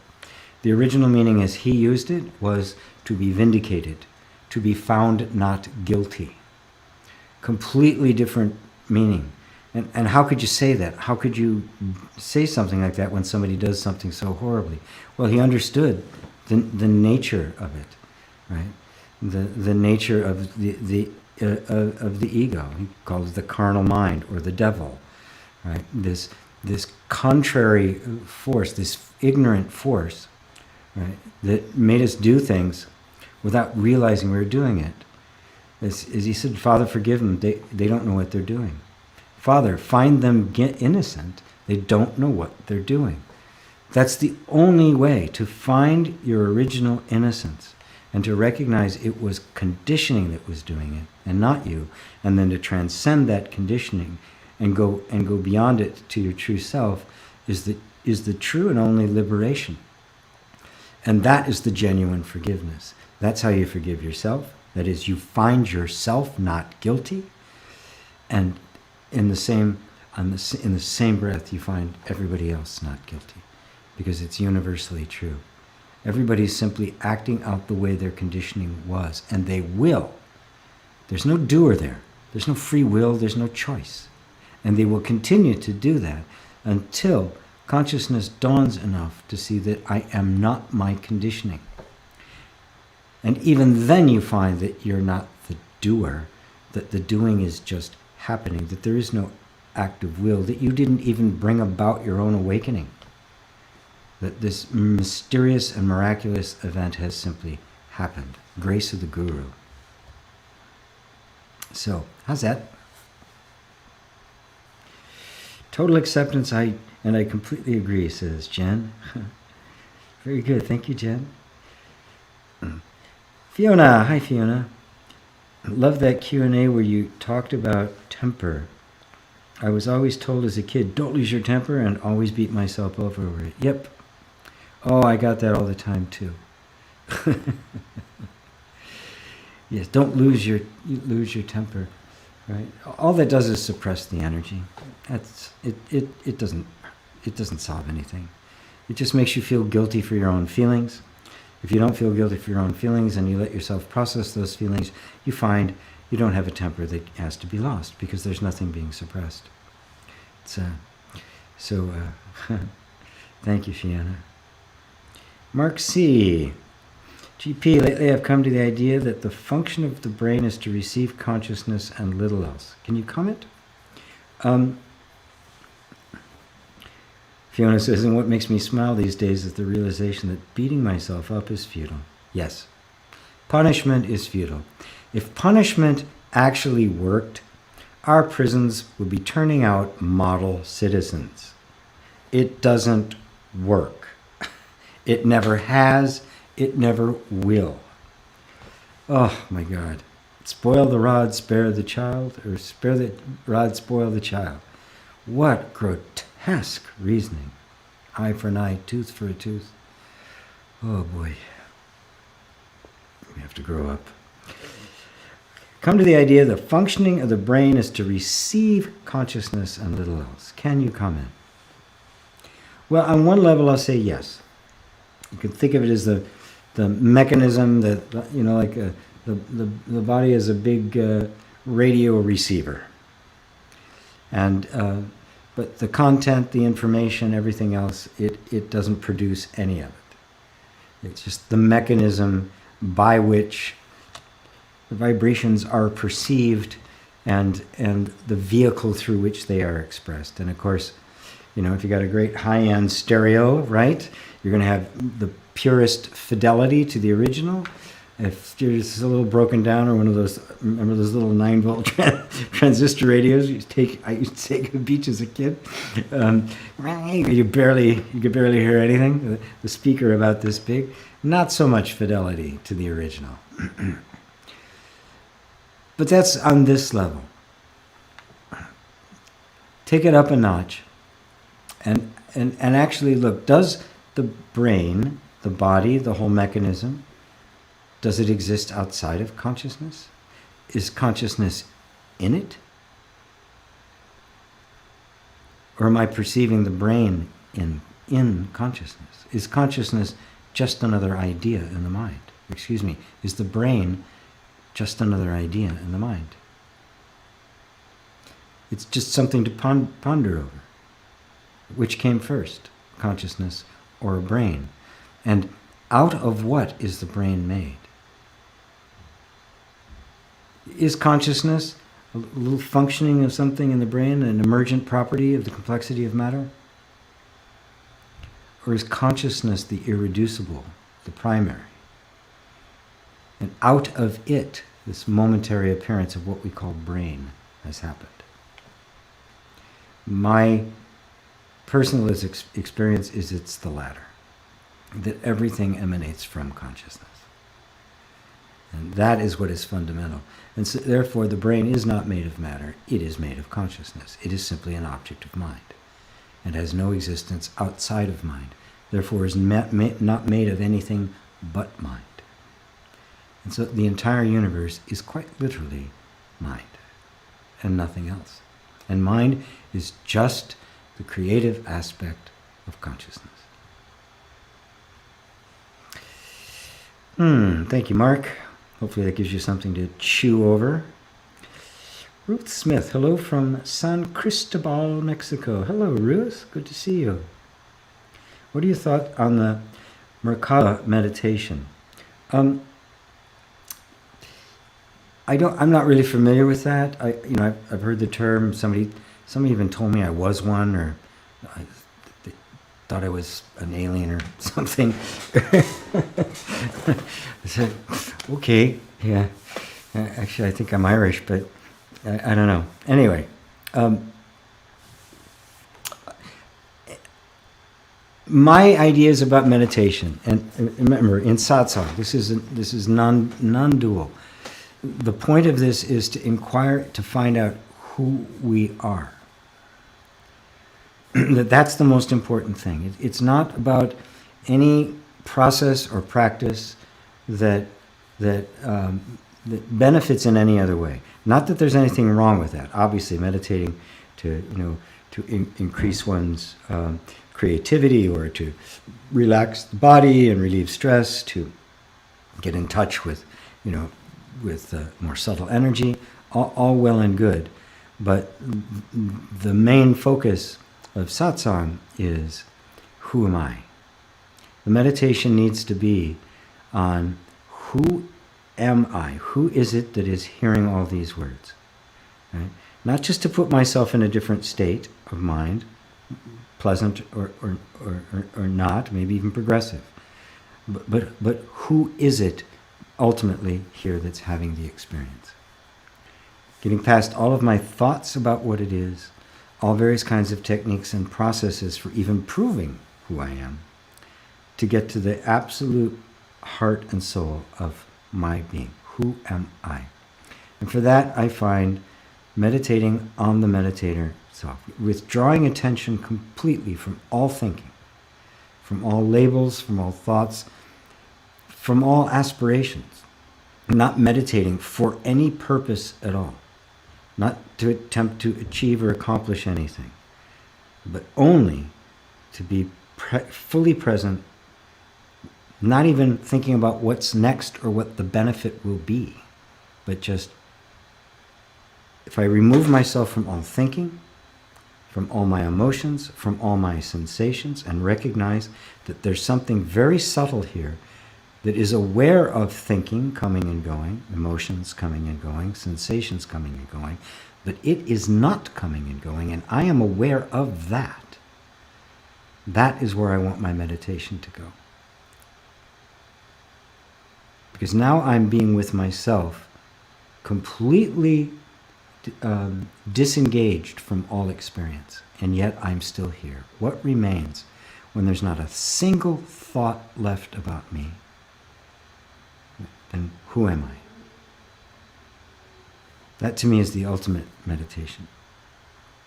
That's the one I recommend. And as you can see, its only objective is to be free from everything that isn't you and to be present with whatever's left. Thank you for that, Jen. Hope that's helpful. Glad to see you today, says Facebook user. Hi, GP, soaking up your beautiful words. Wonderful. Wonderful, wonderful. John David, thank you, GP. I just left the situation altogether and went home. I returned later to try to make amends, but I end up being the asshole of the situation. Yeah, sometimes I highly recommend in moments like that, you just stay with it and let, there's, oh God, I was such a dick. I got to go back. I got to try to fix it. That usually never works out, okay? Just believe me, if some kind of energy has to be restored, life will bring it to you. You don't have to seek it out. Just stay with that feeling of being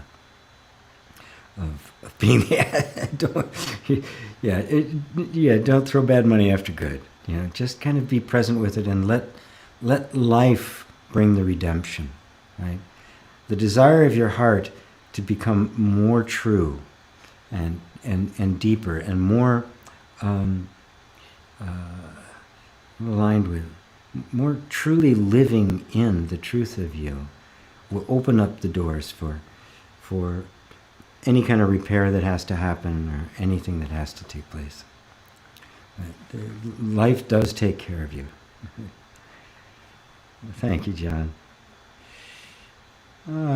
Same to you, Jonas. There's Lisa in Ontario.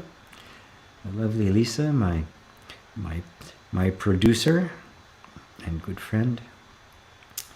Red rose for you, Sonia. Hi, GP. Is it okay if all of a sudden, if I all of a sudden experience any uncomfortable feeling, I start tapping whatever comes to mind, such as, I don't like how this feels scary, I hate this feeling, etc.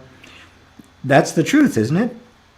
I never tell anybody to do anything but tap on the truth. If that's what you're feeling, that's what you're feeling. That's why I called it the coming clean statement. You just come clean, right? This is what I'm feeling, right? And even amplify it, yeah. For those of you who don't know, some of you may be new, as an adjunct to the spiritual teaching and self-inquiry, I do teach people how to use EFT. The emotional freedom technique, also known as meridian tapping, and I call it inner reconciliation energy techniques. And I do that simply because notice all the questions we have about people have had about reactions in the system and how do I get the body to stop the condition, the reactions to stop and all that. Once you realize that the reactions are perfectly normal and the conditioning is there, it puts you in the position where, with a little bit of skill, you can learn how to help the nervous system drop out of its defensive posture and drop a lot of this conditioning. That's what I use EFT for. I found it to be a very powerful tool for communicating to the body the thing it needs to hear most. And that is, I am safe. Remember, all the conditioned patterns you are experiencing, all got put into place as a reaction to an environment that was not safe. This is just so important to understand. It's not that you're broken. It's not you made some mistake. It's not that there's some kind of character flaw. It's not you're being punished for a past life. Your nervous system being highly, highly adaptable just bent itself into whatever shape it needed to that would most guarantee your survival in the environment in which you grew up. It found the ways that worked. It solidified those patterns into the autonomic nervous system, making them automatic. You don't have to think about it. They became reactions. Later on, as we grew up and the sense of identity happened, our sense of identity formed around those conditioned patterns. And that's where we began to confuse our conditioning for ourselves. Now, the entire thing was created by the absence of safety. So I don't really care what the originating event was. I don't care how it happened. I don't care when it happened. I know what the nervous system does. It responds and it adapts to the environment. Because of the sense of identity, because of the things we've learned, even because of self-help, we're constantly fighting with it to try to fix ourselves, which only reinforces the original message we got, you're not okay as you are, we got to fix you, which puts the body into more of a defensive posture, which is why self-help almost never works permanently. Okay? Because all you're doing is more of the same. Shift the environment and it's going to shift, right? But you're still in an antagonistic relationship with you. The reason I use the term inner reconciliation is because I want you to reconcile with the energy and stop fighting it. You have to become safe. Now, if it was an unsafe environment that created all these conditioned patterns in the first place, what do you think is the best way to get it out of those conditioned patterns? Duh! Create a safe environment. That's all it takes. That's what inner reconciliation is about, and that's why I use EFT. I have found that simply tapping communicates through touch to the body a sense of safety. If you then cultivate in consciousness the capacity to drop your ideas, to stop fighting the system, to really start embracing everything as it is, you start creating the most beautiful, perfect, self-accepting, self-affirming environment, which, because the nature of the system itself is to adapt itself to the environment, like water being poured into any shaped jar, it'll do it. It'll drop the other behaviors and completely reprogram itself, sometimes so fast that your mind will take some time to catch up. You won't believe it's happened. You'll keep looking for the old conditioned pattern to emerge, and it won't. It can happen that quickly. And it's simply a matter is how quickly are you able to step out of the defensive you fighting the system and instead beginning to embrace it, which thus communicates to it, you are safe. When it is safe, the energy immediately goes from its defensive posture into its expressive posture. It doesn't even take a lot of time because it knows. I often use the example of imagine a rubber ball that is being completely squeezed out of shape by invisible string and tape and all sorts of things, right? So it barely looks like a ball, right? It doesn't roll, it doesn't bounce, right? It can't do anything. The other balls laugh at it. It goes to ball therapy and, prays to the ball god, and just eventually goes, I just can't. Bouncing, rolling, they're just not for me, right? Kind of gives up. All that has to happen is you take off everything that's been constraining it. And what happens? The natural resiliency of the ball just goes immediately. No convalescence, just immediately right back into its natural shape. This is the miracle. This is what's possible. This is what inner reconciliation is about. And in that process, I found EFT, an incredibly simple technique that allows you to communicate to your nervous system, I am safe.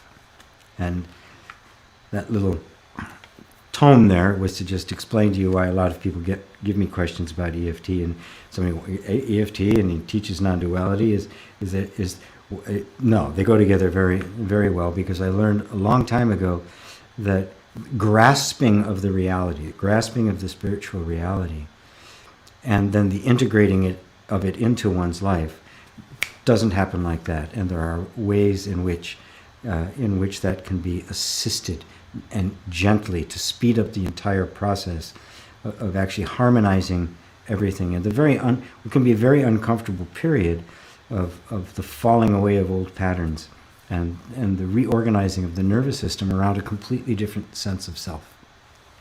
So that's my long-winded answer and explanation to everybody else. So you know what to do, Sonia. Bo, hello Bo, greetings from British Columbia. For a while now I'm studying the Ribu Gita. Oh, what a powerful source of knowledge and joy. Thank you for mentioning it in one of your talks. Isn't it wonderful? Yeah, just fantastic. Yeah. There's a woman on YouTube here. She's a Buddhist nun who just a while ago just started. I guess she's got enough time. She's just like reading all these different books and stuff, some of which I hadn't heard of. I've been listening to her. Samanera, I think it's Jaya Saira is her name. Lovely voice, really like the way she reads, so you guys might want to check her out. Anyway, I've listened to her reading of the Ribu Gita, as well as I got a copy of it on Kindle, and have been reading it. And yes, it's absolutely wonderful. That there's another one, the Ashtavakra Gita, the Abhidut Gita. There's several of them. She's also got several meditations that she's taken quotes from Nisargadatta. That is absolutely spectacular as well. So you want to check her out. Hello, Peter in Italy. Italy. High on my list of places to go hang. Hello, Danielle. Good to see you too, RGB. The ball god. Mary. Danielle loves EFT. Yeah, it has so many different uses, but I found that it has a very spiritual use and not just therapeutic. That it can really help the nervous system make transitions that it's afraid to make. Simply that. It's just afraid of the consequences, that if I let down my guard, all hell's going to break loose. And it can really, very gently, show your nervous system the war is over. It's okay. You can bring down the defenses. Right? And, if you're full of unconditional love, even for this resistant, bratty, struggling energy system, if you're full of unconditional love, there's no defense against unconditional love. Because none is needed. So, Mary, so used to trying to fix the imagery of self, almost afraid to accept myself, because if I did, then what's next? That's it. Because that sense of self got fixed because it functioned and it worked. Right? It worked, and why would it give up something that works? Right? That doesn't make any sense. You want to, when the nervous system finds a strategy that is successful, it's like a dog with a bone, right? Look, don't ask me to change. It might, the next one might not work as well. Yeah, it might, but I'm not taking the chance. That's its approach. Remember, it's only concerned about safety, not about freedom or happiness or joy or love, intimacy, any of those things. Only safety. It's a one-trick pony. It's a fundamentalist, okay? That's it. That's the only it's going to talk about. So it's going to say, nah, it's not worth it, right? So you've got to, while acknowledging that, you have to be equally acknowledging of the other energy of the human being, which is the energy of self-expression. Remember, the self-expression of the child is what got you in trouble. It was expressing yourself that was the problem, because the way you expressed yourself, or what you were expressing, or the you were, was not acceptable to your tribe. So self-expression itself became a problem. And so the nervous system goes, okay, well, we're not going to let that happen. So your desire for self-acceptance, or expression, which can't go away because it's what you are, now is sitting there fighting against an energy inside of you that says if you express yourself, you're going to get slammed, maybe even killed. I'm not letting you out. Now, what you have to do is, now if you're really trying to get free and get free and get free, you'll start interpreting the energy of safety, the defensive mechanisms, as an enemy. And of course, if they sense themselves as an enemy, they become more of an enemy, and now you've got this conflict going on. And you have to resolve this conflict. That's why I call it inner reconciliation. You have to reconcile these two powerful energies. And how do you do that? Well, you don't take sides. You sit in the middle. You recognize the need for self-expression. This is why we were born a human. We weren't born a human to hide and not do anything, right? You don't build a boat and leave it at the dock. It's got to go out and sail around, right? So you acknowledge that this desire for self-acceptance is really what you want. Everything you've tried to accumulate has really been, all you want is the freedom to be myself, unapologetically, fully. And to experience being loved as myself. This is what every human being wants. Right? And then on the other side, you've got this other powerful mechanism that needs you to be safe. So what happens if you acknowledge both and don't take sides? And you just sit in the middle. Pure heart, pure peacemaker, pure wisdom. Right? And if you don't take sides, nobody's threatened. Right? If you don't make this an enemy, it's not an enemy. Right? Say, you know what? I want this, but it's got to be safe. I agree with both of you. Can you guys figure out how to make this happen? I'll wait. It's such a place of equanimity.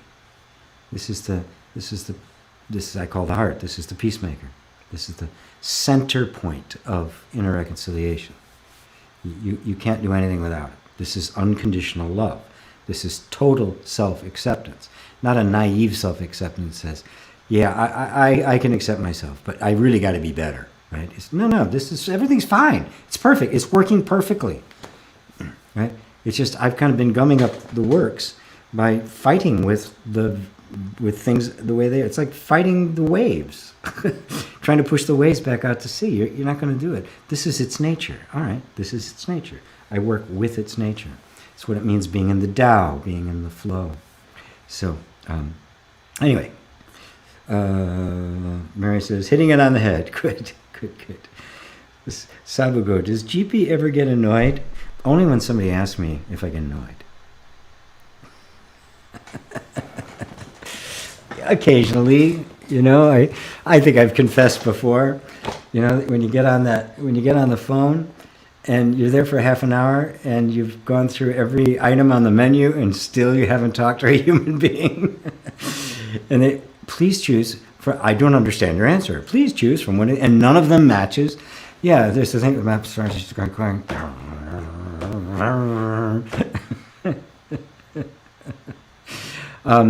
I was working on something the other day. I spent an hour crafting something I needed to write, and I really liked it. It was really good.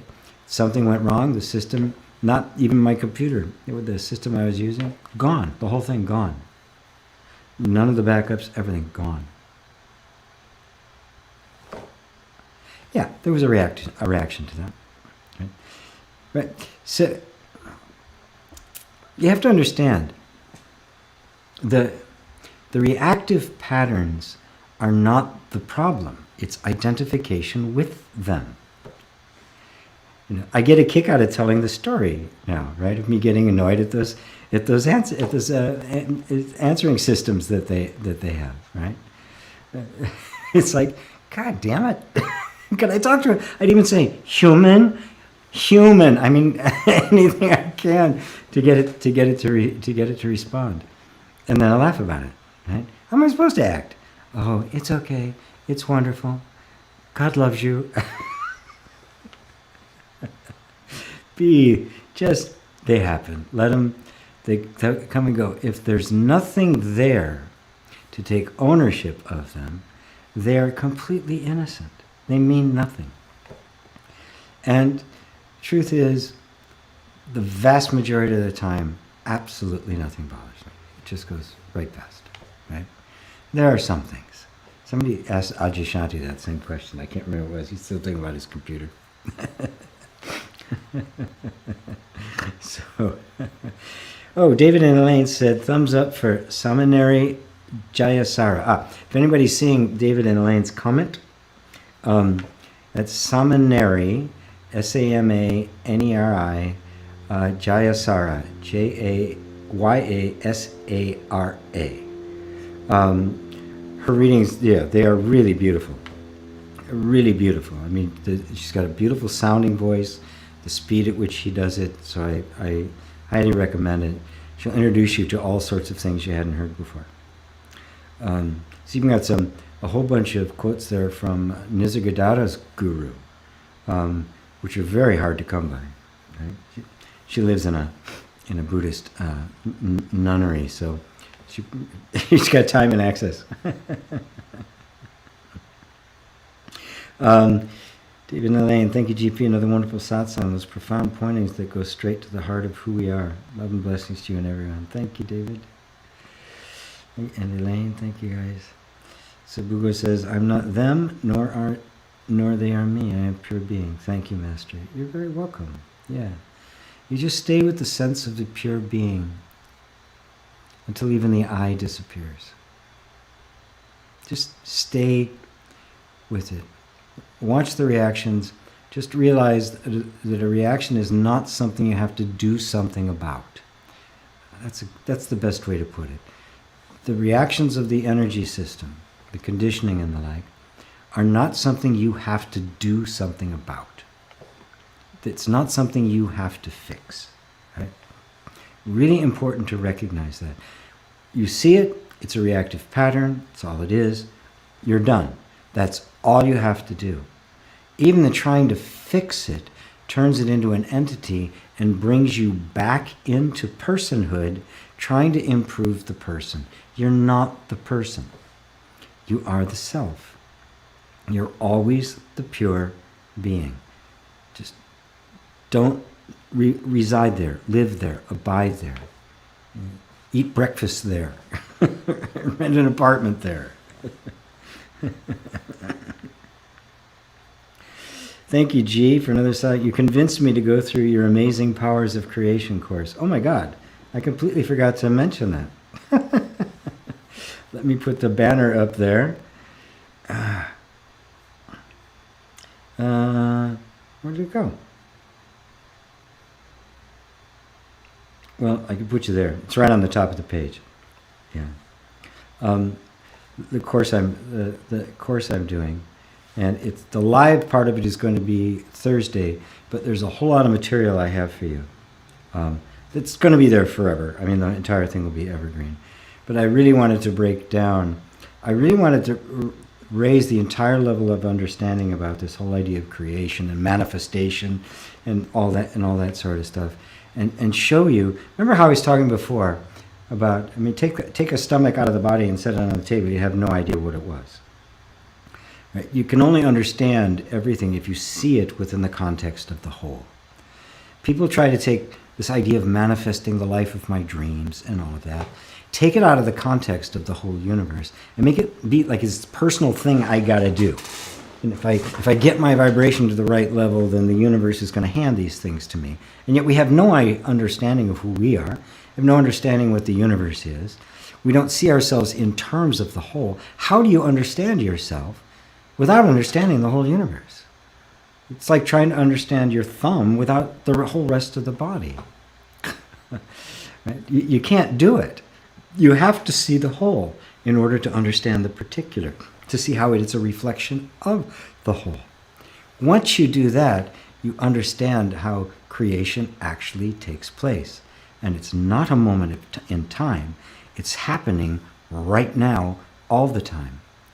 It's like a spontaneous appearing that never stops. Like when what you're looking at on the screen appears to be this nice fluid motion, right? But in fact, It is a series of images going so fast your eye can't detect it as individual images and therefore sees it as if it was this continual thing. But the fact is, the picture is being recreated 60 times a second. This is actually how reality is. There's no past and there is no future. This moment is being spontaneously generated in the moment. It has no connection to the past or the future. So I can say that there actually isn't even cause and effect. Cause and effect is an illusion because we think this happened, that this happened. The only reason this happened is because it's being generated spontaneously right now. And because the nature of intelligence is such that it has consistency and flow, right? It's not going to just immediately, change from an elephant into a Volkswagen. It is just this constant unfolding that's taking place. But the unfolding is being generated now, not from the past. If you understand that, you realize the entire process of manifestation, even the tiniest thought you might have, is also the manifestation. It's just this bubbling up from the infinite emptiness. So I want to invite you all to come over to the shop and join me in the class. As always, if you can't afford it, please let me know, and I will try to I'll try to work it out, as I have with a couple of people. I always want to get people in the class, so don't contact me. support@gpwelsh.com. Just contact me if for some reason you really want to be in the class, but it's more than you can handle. And I understand that the exchange rates in some countries are really onerous, so we will work it out. So anyway, let me. I'll leave that up there for right now. E.g. Evelyn, it's always enriching and ultimately inspiring. Thank you, Tatiana. Good evening, Robert. Good to see you. Oh, I love the websites where you get a verification. Are you human? Yes. I like that too. Yeah. Evelyn, I love your Sunday satsangs. Thank you so much. You're very welcome. I get hearts and hands from Mary. John M., what's the value of human existence and or human existence at all? You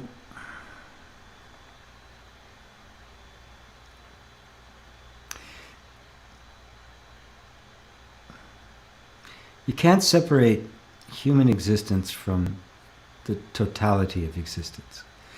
You can't answer that question from the point of view of me, my life, because that's a total reduction. That's trying to see yourself outside of the context of the whole. You have to see yourself in terms of the whole. That you are a very specific instance of this infinite theme of being and the infinite theme of consciousness. Consciousness in its pure form is unknowing and unknowable. There's not even a thought, I am. It is pure existence.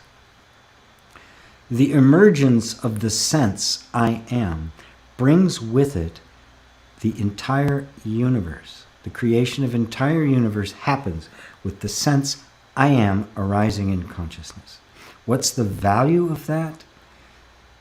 Well, it has no value if you're looking at it in terms like, well, what good is it going to do me?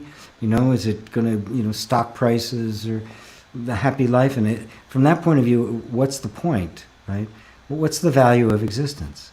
To exist. The recognition of existence. The self-conscious awareness of I am. You are God knowing that God is. And pondering what God is. That's its value. It's infinite value. It's inherent value. It is not value that can be defined in relationship to something else. Like this is a diamond, this is a rock, this is more valuable than this. There's gazillions of these, there's not as many of these. This is more valuable. That's a relative value, right? If I need to pave my driveway, the diamond means nothing. It's absolutely useless to me. The rock is more valuable. It's all context, isn't it? It's all relative, right? So when you're looking for the value, inherent value, what's the inherent value? What's the value of you? Well, the value of you is simply you, because there's nothing else like you. There's no one else. There's no other form like you. So you can't compare yourself to something else to get your value. If you do, you'll either become arrogant or you'll come up short. So what is the value of you? You. That's the value of you. You are of infinite value. The one and only. An absolutely unique manifestation of the whole. The entire universe seen in one face, in one question, in one moment. It's inconceivable to our minds, which is always evaluating, right? Which is the value of this in terms of this, which is a standard that does not work for spiritual inquiry. The value of you has no comparables. You know, in real estate, they always look for comparables, right? Where you're going to, this house, it's like this house, and now we know the value of this house. You're one without a second. How can I possibly compare you to anything? Which means you are one, you are totally rare. There's only one of you, one of a kind. You're priceless. You're off the charts. Your value cannot be measured. That's the value of this moment, of just this moment. Because it is itself and nothing else. So, thank you, John. Ava, thank you for being here, for all these words, guiding us home. Yes, guiding you back to the home you never left. Good evening from Prasheta. Good evening to you. Gina Marie Burrell, thank you for your teachings. I wish I would have caught the whole live stream, but thankful to be here. Well, we're going to be here again next week, Gina. And of course, the replays are there. I don't know if you're watching on the Enlightened World Network, who I always like to give a shout out to and thank you for basically broadcasting, wanting to pick this up and share it with the community. So it will be there. It will be on YouTube for perpetuity. And over time, I am taking and breaking it up into smaller chunks, each like one question at a time for shorter videos to watch. And I'm going to be posting some of them on YouTube and a lot of them on my site.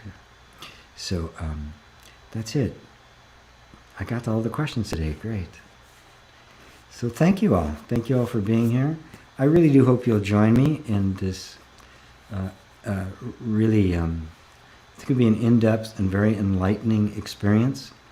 It's going to be, there's lots of material right now, but the live workshop is going to be on Thursday. We're going to go in depth. I want to make it into a masterclass.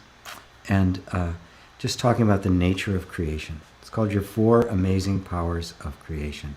And it shows how your entire life, every event of your life, and the quality of your life has all been determined by your attention, your beliefs, your identity, and your power of discrimination. That to understand those 4 things is just the key to opening up how this whole thing works. And ending fear. So thank you guys. Thank you so much for being here. Thank you for listening. And we'll see you all next week. Bye for now.